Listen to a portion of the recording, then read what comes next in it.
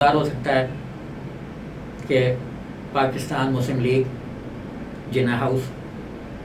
ایک نام یہ بھی ہو سکتا ہے پاکستان مسلم لیگ بریک مطلب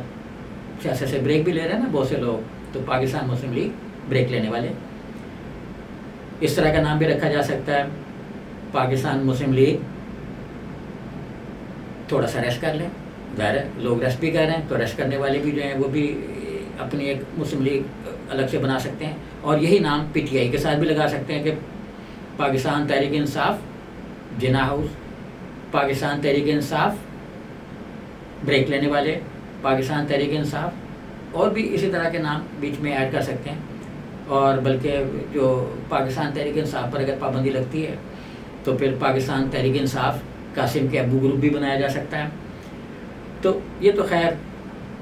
نام کی تجاویز تھی۔ یہ تو ایک بڑی فطری سی سچویشن ہے کہ آج تک جتنے بھی گروپ مختلف جماعتوں کے اندر سے نکلے ہیں، تاریخ یہ بتاتی ہے کہ وہ کبھی اثر نہیں ڈال سکے اصل پارٹی پر جہاں سے وہ نکل رہے تھے۔ مسلم لیگ کے اندر سے کتنے گروپ نکلے، 1 منٹ میں ختم ہو گئے، جھگلو پھرا اور کہیں نظر نہیں آئے۔ جو بہت زیادہ کنونشن مسلم لیگ 1 منٹ میں آئی، 1 منٹ میں غائب ہو گئی۔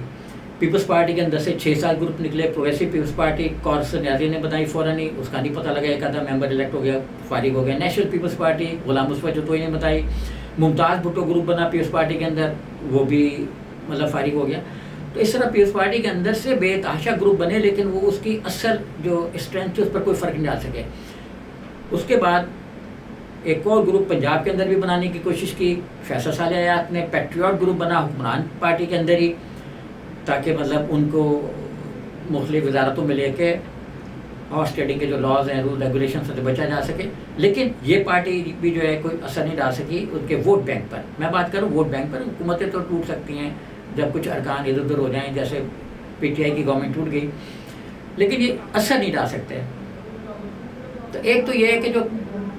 پاکستان تحریک انصاف کے اندر سے جتنے بھی لوگ نکل رہے ہیں، جتنے بھی لوگ گروپ بنا رہے ہیں، وہ اس کا ووٹ بینک جو بعض اطلاعات کے مطابق 70%، اور بعض چونکہ اب کوئی سروے ہو نہیں رہا اور سروے ظاہر اب جو بھی ہوگا وہ کنٹرول سروے ہوگا، تو بعض لوگ یہ کہہ رہے ہیں کہ 90% پلس ہے بعض علاقوں میں پی ٹی آئی کی اور قاسم کے ابو کی مقبولیت، اور ان کی اس سے الگ ہونے والوں کی جو ایک سیکوینس چل رہا ہے، بحران ہے، اس میں ایک میں آپ کو بتاتا چلوں کہ امریکی صدر جو بائیڈن نے بھی